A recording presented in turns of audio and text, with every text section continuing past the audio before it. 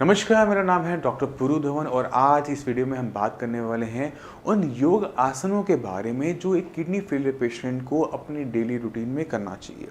मगर इस आसनों को समझने से पहले ज़रूरी हो जाता है कि हमें इससे फ़ायदा क्या होगा उसको जानना।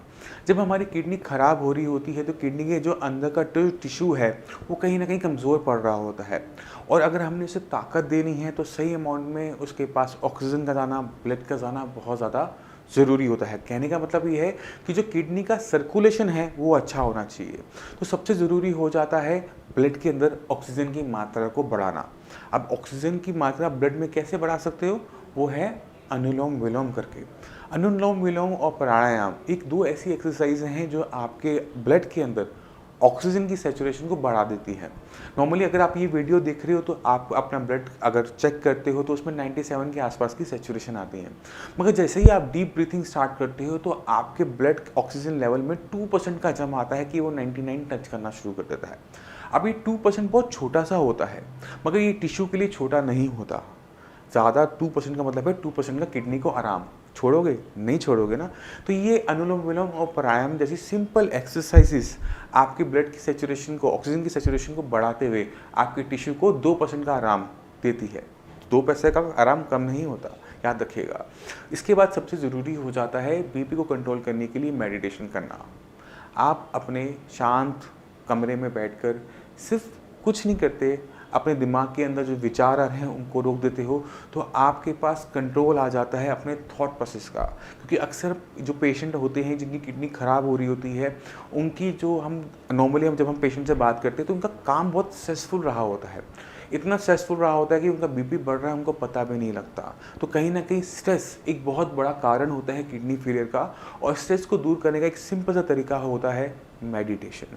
तो मेडिटेशन, अनुलोम विलोम, प्राणायाम को आप अपनी डेली रूटीन में ऐडअप करेंगे और कुछ योग आसन जो स्पेसिफिक है आपकी किडनी के लिए मैं आपको अब दिखाने वाला हूं। आप उनको डेली अपनी रूटीन में ऐड करते हुए आप बेनिफिट ले सकते हैं।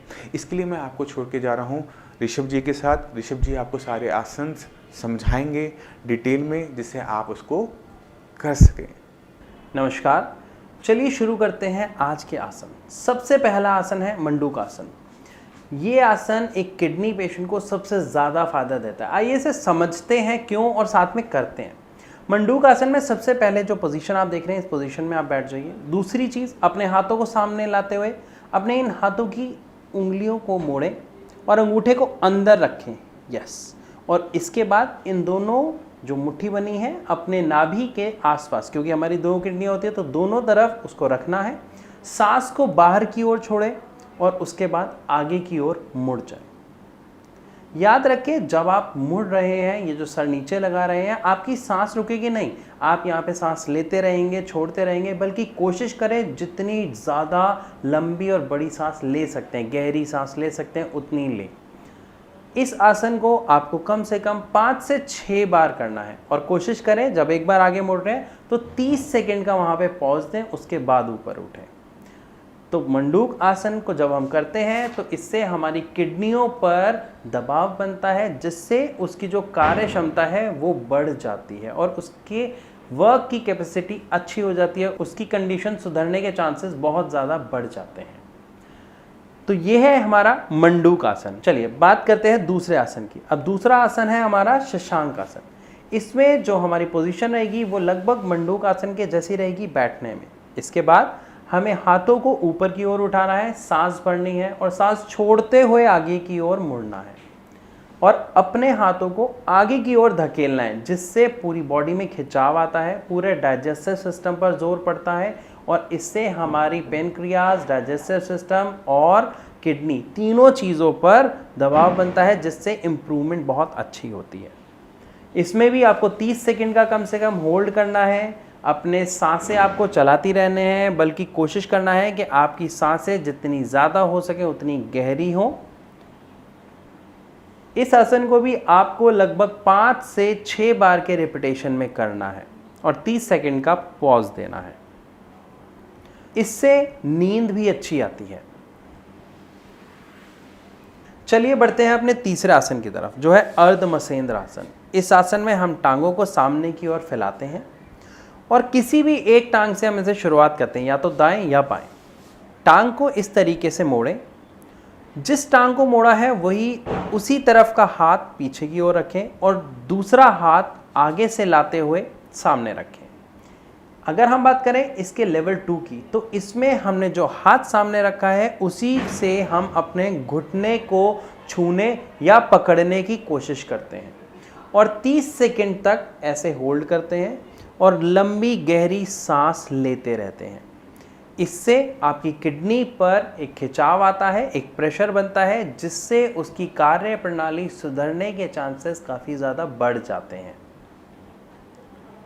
इसी तरीके से अब हम दूसरी टांग को ऊपर करेंगे और पहली वाली टांग को नीचे, हाथ को सामने से लाते हुए हम घुटने को पकड़ने की कोशिश करेंगे। ये लेवल 2 है, एडवांस लेवल। सिंपल के लिए हम हाथ को सामने भी रख सकते हैं।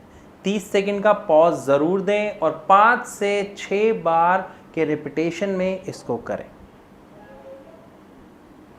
तो ये बात हुई हमारे तीसरे आसन की। अब हम चलते हैं अपने चौथे आसन की तरफ, जो है गौमुख आसन। ये आसन भी किडनी पेशेंट के लिए बहुत ही फायदेमंद है। हम अपने पैरों को एक के ऊपर एक कुछ इस पोजीशन में लेके आते हैं और उसके बाद अपने हाथों को एक ऊपर से और एक नीचे से ले जाकर एक दूसरे को पकड़ते हैं, कुछ इस तरह से। इसमें भी आपको लंबी गहरी सांस लेनी होती है, 30 सेकंड का पॉज देना होता है और 5 से 6 रिपीटेशंस ज़रूर करने होते हैं। इसी तरीके से अब जो हमारा हाथ ऊपर है उसको नीचे की तरफ से लेके जाएं और जो हाथ नीचे था उसको ऊपर की तरफ से लेके जाएं, मतलब डायरेक्शन चेंज कर दें और फिर से 30 सेकंड का होल्ड करें और लंबी गहरी सांस लें। तो ये 4 आसन एक किडनी पेशेंट को रोजाना 5 से 6 रिपीटेशन जरूर करनी चाहिए। अगर आपको सुबह वक्त मिलता है तो सुबह, या आप शाम को भी इसे कर सकते हैं। तो यहाँ पर मैं आप सबसे इजाज़त लेना चाहूँगा। नमस्कार। तो आपने देखा कि ऋषभ जी ने आपको बहुत सिंपल तरीके से ये आसन समझाएं। अब आपने करना क्या है, अपनी लाइफ का सिर्फ 5 से 15 मिनट आपने इन आसनों को सुबह करना है, ज़्यादा नहीं करना। इस चीज़ का आप ध्यान रखेंगे।